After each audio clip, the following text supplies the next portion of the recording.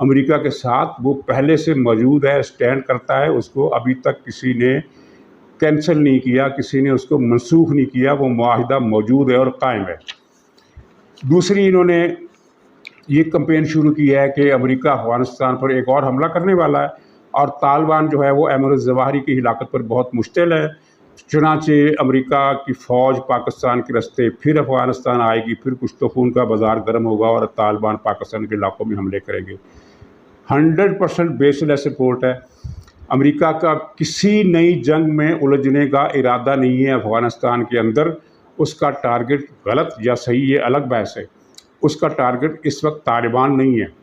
اس کا ٹارگٹ القاعدہ ہے، اور میرا خیال ہے کہ القاعدہ کا آخری اہم لیڈر ایمن الظواہری تھے، جن کو اس مارکے میں اس حملے میں شہید کر دیا گیا۔ اب القاعدہ کا شاید ہی کوئی سینئر ممبر افغانستان میں باقی بچا ہو جس کے لیے امریکہ کو ڈرون حملہ کرنا پڑے، اور اگر وہ اس نے کیا بھی تو ڈرون حملہ کرے گا، نہ کہ افغانستان پر حملہ۔ افغانستان پر حملے کا امریکہ کا کوئی پلان نہیں ہے۔